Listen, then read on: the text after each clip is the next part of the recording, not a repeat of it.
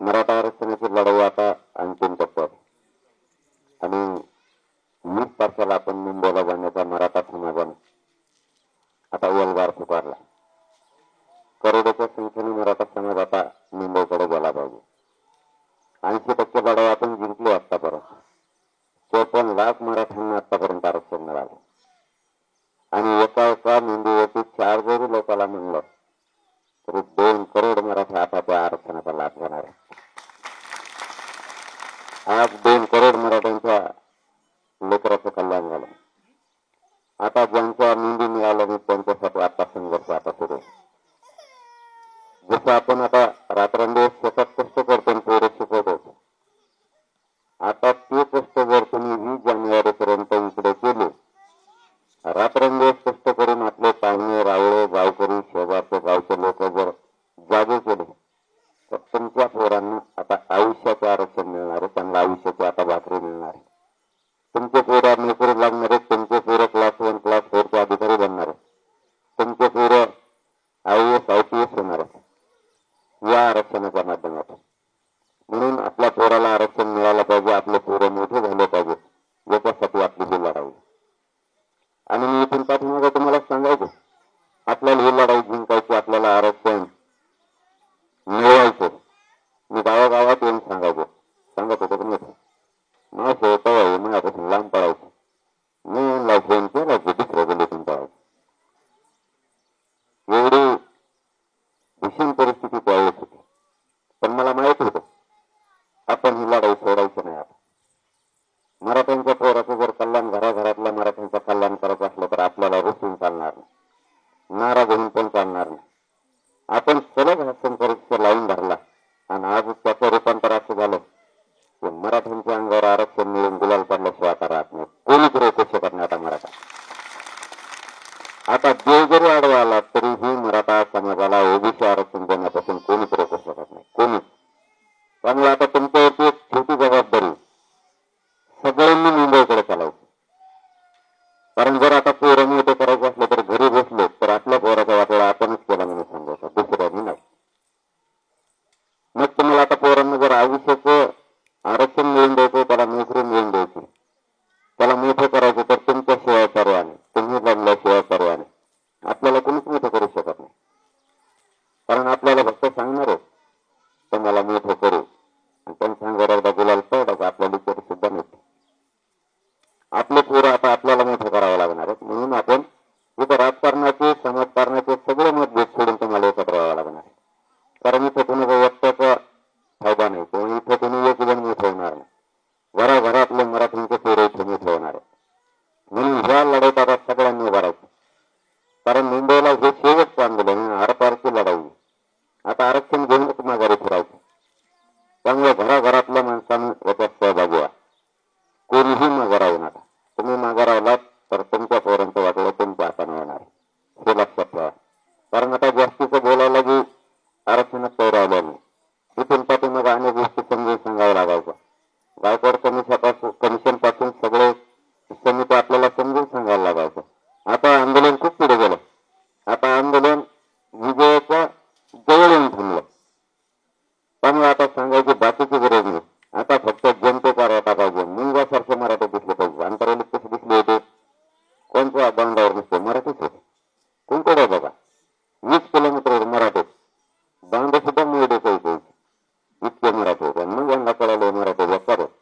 तेव्हापासून सरकार कामाला लागलं. आता नुसतं मुंबईला यायचं म्हणलं आणि इतके टेन्शन मध्ये आले ते मराठीच्या पोरं म्हणजे आम्हाला ये म्हणून बघायचं. आता कोण वाटतं ये म्हणून बघायचं म्हणलं फॅनवर बसून ये म्हणायचं.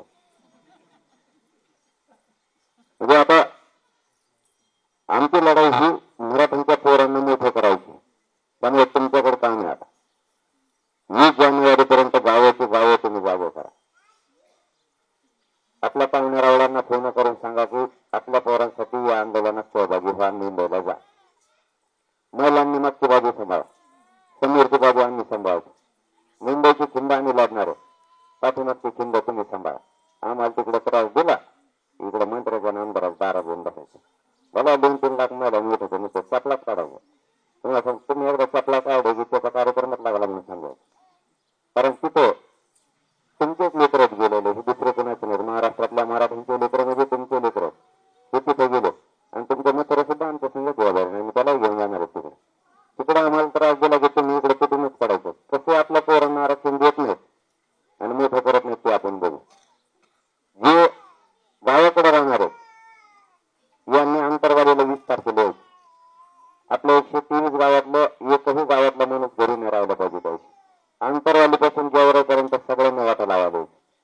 बारीक लेकरासह काही सगळ्यांनी आपली इकडून निघणारी लोक बघून तिकडे सरकारला काय करावं सुचवत नाही पाहिजे. आपल्या 123 गावानं वाटा लावायला गेवराईपर्यंत यायचे आणि सकाळी 8 वाजता अंतरवालीत यायचे. तुम्ही सगळ्यांनी केलं. आपल्या गावातून येणारे आमच्या सोबत राहणार, पण जे गावाकडे राहणार आहेत तेवढेच मागे यायचे. जे मुंबईला जाणार आहेत ते का माघारी वळाले का त्यांना उचकून परत माघारी लावा. तिकडे त्यांना माघारी येऊ देऊ नका. कारण इकडे गावात लक्ष ठेवा. गावाची गावं जागे करून यांना मुंबईकडे पाठवायचं. जे गावात राहणार आहेत त्यांनीच फक्त वाटा लावायला येते सगळ्यांनी. कारण ही लढाई आता जिंकून माघारी यायची माहिती नाही कोण काय जागृती करत आहे. परंतु तुमच्या मनात तुम्ही घ्या आता मला जागृती करायची, मला घराघरात जायचं. तुम्ही तुमच्या कामं बोलले तरी हरकत नाही. कारण हीच आता कष्ट करायची वेळ. एकदा आरक्षण मिळून गेलं तर आयुष्याचा पोराचा कल्याण झाला. म्हणून जेवढा वेळ मिळेल त्यापेक्षा जास्तीचा वेळ मराठा समाज जागा करण्यात आला. फक्त फेसबुकला सोशल मीडियाला कंटिन्यू जागृती मुंबईची चालू ठेवा आणि गावागावापर्यंत तुम्ही जा. 50-100 किलोमीटर पर्यंत जा आणि मराठी जागा करा. आता आरक्षण घेतल्याशिवाय आम्ही माघारी येणार नाही एवढंच सांगायला तुम्हाला आलो होतो. कारण गावं लय मोठे करायचे. त्यामुळे तुम्ही आता आजपासून सुरुवात करा आणि 123 गावात आता ही दौरा आहे. सगळ्यांनी सोबत राहा. एकामेकाबरोबर तुम्हाला फोन करायला लागतो. पुढे तुम्ही सांगायला काम काय हवं तुम्हाला. काम नाही फिरणे मास होती कामाला शाळाकडे घेऊन बसतो म्हणते काम काय काम आणला. तिथे पोराची परवा पोळायची वेळ आली. आपल्या कुणाला नोकऱ्या नाहीत. आईबापाने कष्ट करून पोरं शिकवलं. सगळे सुशिक्षित व्यापार म्हणून घरी आहेत. कुणाला आहे का नोकरी. आणि मग आता नोकऱ्या लागतात. आरक्षण मिळून तर हे शाळाकडे बसतो. यांना फोन लावला यांना आता बसून देऊ नका. तुम्ही जरा तुमच्या खांद्यावर थोडी मास जबाबदारी द्या. तुम्हाला आवाज येतो का मग येतो. मग तुम्ही यांना आता घरात बसून देऊ नका. मी आत्ताच आपोगाव सांगितलं. आपोगाव मध्ये तुम्ही आत्ता तुम्ही तेवढं एकच काम सांगतो तेवढंच करा. आरक्षण कसं काय देत नाहीत आणि मराठाचे पोरं कसे मोठे होत नाही तुम्ही बघतो. तुम्हाला फक्त सांगितलेलं एक काम करा. तुम्ही काय करा यांना रोज सकाळी उठलं का गावागावात पाठवा प्रचार करायला. आपला बरं का नाही ते सांगते ते दुसरा प्रचार ती जोडून द्या तिकडे प्रचार जरा थोडे दिवस पण लागून म्हणून काढू त्या प्रचाराला. यांना मुंबईला जायचं आरक्षण आणायचं याच्यासाठी यांना रोज बाहेर गावात पाठवा. हे नाही गेलं त्यांचं भाकरीच बंद करा. तुम्हाला काय करत नाही तुमच्या मागे मी सरकारला जोडून नाही ना. मी तुमचा भाऊ आहे का नाही.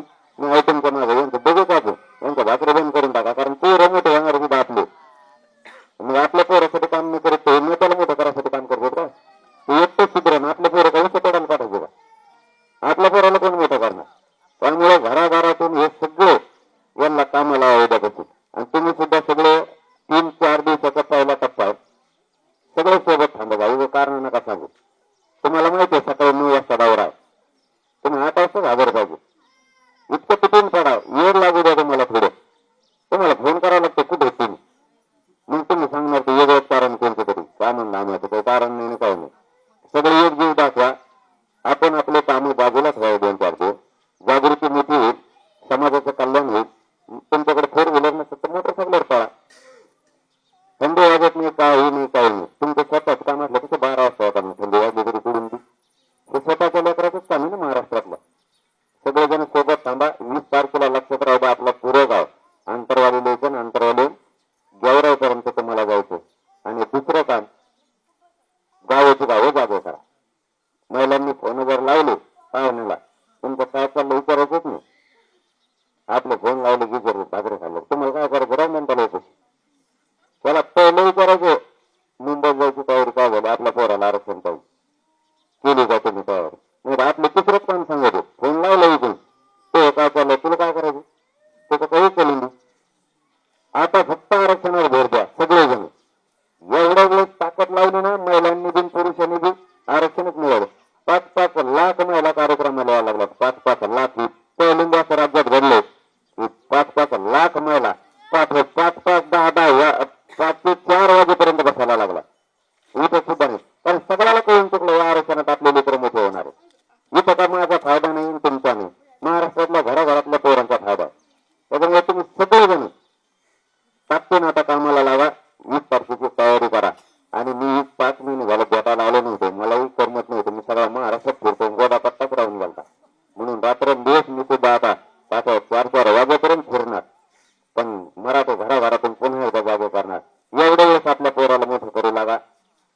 एकत्रित राहा, मतभेद होऊन देऊ नका हीच विनंती करतो आणि सांगतो.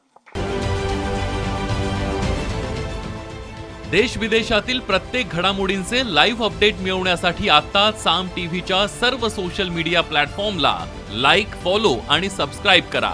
तसंच सर्व नोटिफिकेशनसाठी बेल आयकॉन प्रेस करायला विसरू नका.